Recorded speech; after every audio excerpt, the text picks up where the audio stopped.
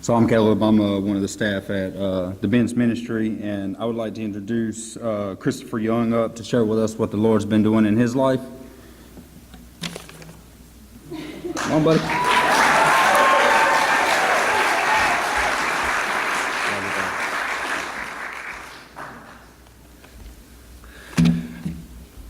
Hello. My name is Christopher Young. And I'd just like to pray before we get this started.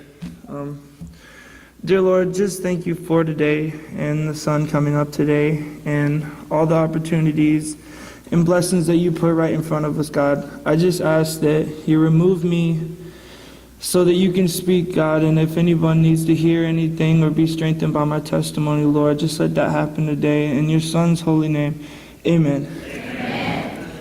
Okay, so Caleb reminded me that I have 7 minutes, so he's just going to give me the sign because I can't really read the watch. But I'd just like to give a thanks to all the staff and the students and the board members at Change Life Ministries.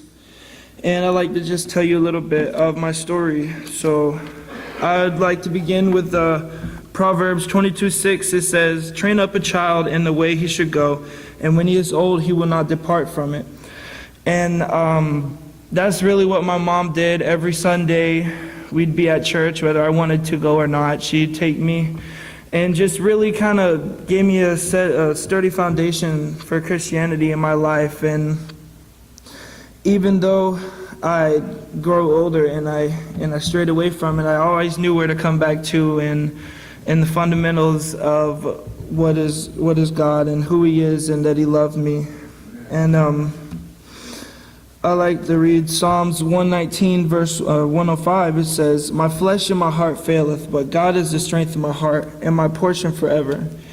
And around 10th or 11th grade, I started kind of being rebellious and hanging around the wrong group of people. And my flesh and my heart failed me, but God never failed me. God never left me, even when I didn't see Him. He was always right there behind the scenes, guiding me and protecting me and watching me through all of my stupid decisions that I was making. And when I was at a really low point in my life, I wrote this prayer that I would pray every day, and it's called "O Lord," a poor soul's prayer. It says, "O Lord, guide me through these weary days. Please forgive my wicked ways. Hold my sins against me not, and reveal to me the enemy's plot. My steps be toward salvation, my every move rooted in love. Let every breath be filled with contemplation, and my every action rise above. Amen." And but see, where everything changed was December 5th, which was my birthday, and I just got my phone fixed because it was broken. And I just started getting all these text messages, and I was looking through them. And I realized, I got a text message from my ex-girlfriend, a while ago. And I skimmed through it.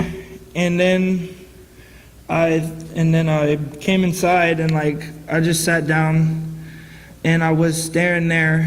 And my mind was just, I was gone. And my mom realized something was wrong with me. She's like, "What's wrong?" And I went into the kitchen and handed her phone and fell on the ground.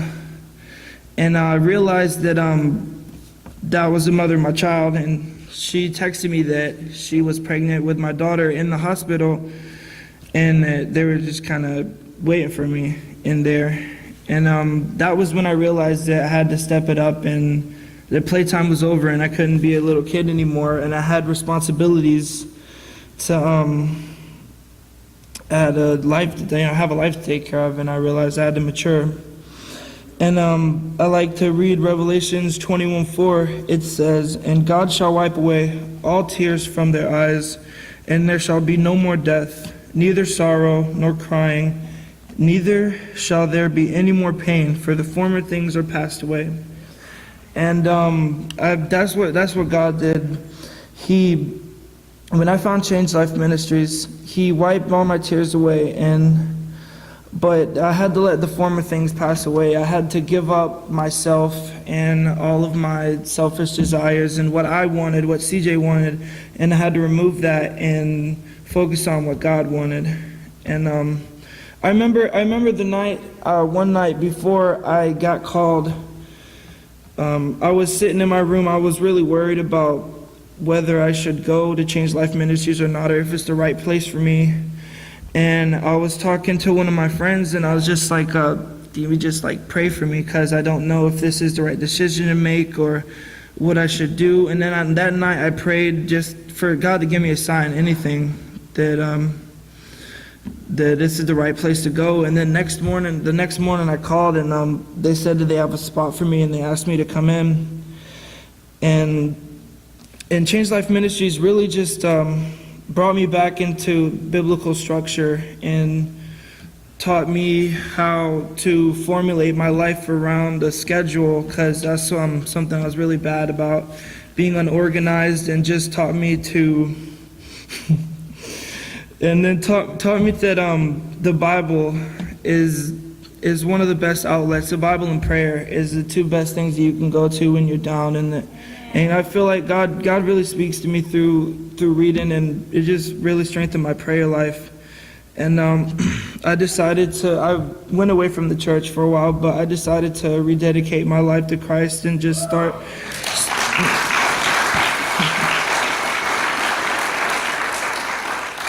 And I got a lot more reading to do, but Psalms 119, I think it's verse 105.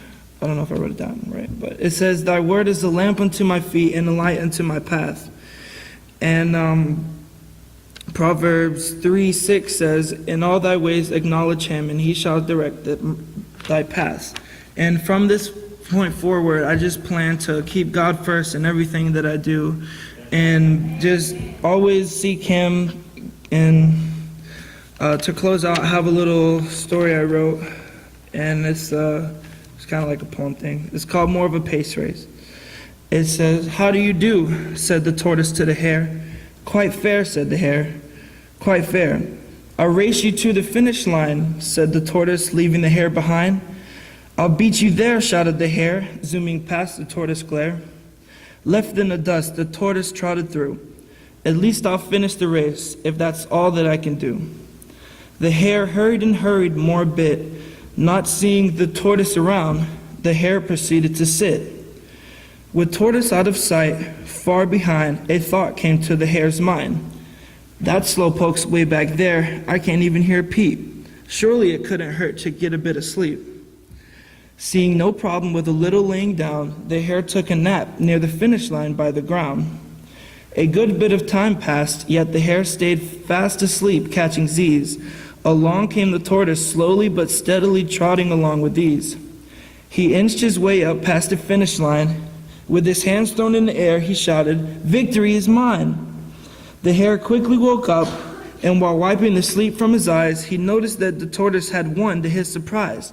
"Oh crap," shouted the hare, loud as the thunder's clap. "I would have won if I would have only not taken a nap."